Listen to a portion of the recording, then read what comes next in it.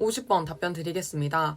다문화 감수성 교육은 공동체의 구성원이 모두 다양한 문화적 배경을 가지고 있음을 이해하고 서로 다른 문화를 상호 존중하고 이해하는 태도를 기르는 교육입니다. 다문화 가정 학생의 비율이 점차 증가하고 있습니다. 세계 시민 교육이 현 교육 현장에서 꼭 필요한 교육이라고 생각합니다. 이때에 필요한 교사의 역할을 세 가지 말씀드리겠습니다. 첫 번째로 교사는 스스로 다문화 감수성을 갖기 위해 노력하여야 합니다. 따라서 전문적 학습 공동체나 연수 등을 통해 다문화 가정 학생에 대한 올바른 이해, 그리고 다양한 문화에 대한 조사와 이해가 필요하다고 생각합니다. 이를 활용하여 관련 전문성을 함양하기 위해 노력하겠습니다. 두 번째로는 다문화 가정의 학생에 대한 지원을 통해 그들의 특수성을 차별과 소외의 이유가 아닌 장점으로 부각시켜 건강한 사회 구성원으로 정체성을 형성하는 데 도움을 주도록 하겠습니다. 마지막 세 번째 말씀드리겠습니다. 교과서나 수업을 재구성을 할 때 사용되는 자료에서 다문화 학생에 대한 차별 요소가 있지는 않은지 항상 검토하는 자세를 갖추도록 하겠습니다. 다문화 감수성을 가지고 소외나 차별이 일어나지 않도록 노력하는 교육을 실현하겠습니다. 53번 답변 드리겠습니다. 제시문에 있는 학생들을 먼저 살펴보겠습니다. A 학생은 ADHD 증상을 보이고 있고 B 학생은 자존감이 낮은 상황이며 마지막 C 학생은 학교에 적응하는 것을 힘들어하여 학교에 오는 등교 거부를 하고 있는 모습을 볼 수 있습니다.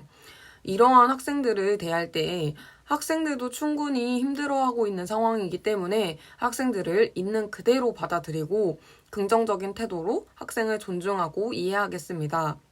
또한 이러한 문제들은 개선에 오랜 시간이 걸리기 때문에 이를 이해하고 기다리는 자세를 갖추도록 하겠습니다. 따라서 이 학생들을 지도하는 방안도 세 가지 말씀드리겠습니다. 첫 번째로는 ADHD 증상을 보이는 학생들은 15분 정도 집중할 수 있기 때문에 정적인 활동과 동적인 활동을 병행하도록 하겠습니다. 다양한 학습 방식을 사용하여 이 학생들이 교육에서 소외되지 않도록 하겠습니다. 또한 학부모와 협력하여 지역 사회의 상담센터와 병원의 연계 지원을 요청하여 학생의 증상을 완화할 수 있는 방안을 찾아 개선할 수 있도록 지원하겠습니다. 그리고 학생이 자신의 감정을 스스로 파악할 수 있도록 매일매일 감정을 알 수 있는 감정 일기를 쓰게 하겠습니다.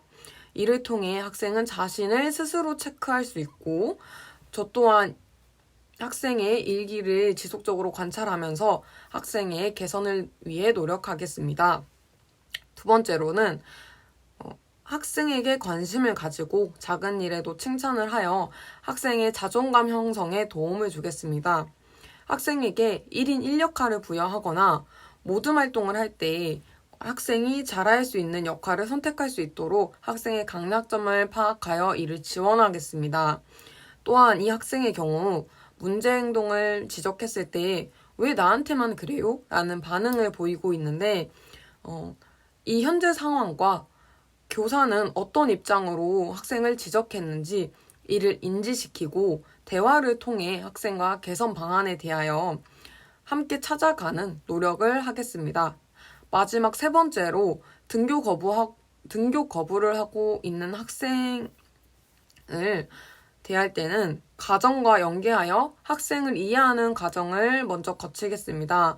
또한 상담을 통해 이 학생이 어떤 심리를 가지고 있는지 구체적으로 이해하도록 하겠습니다.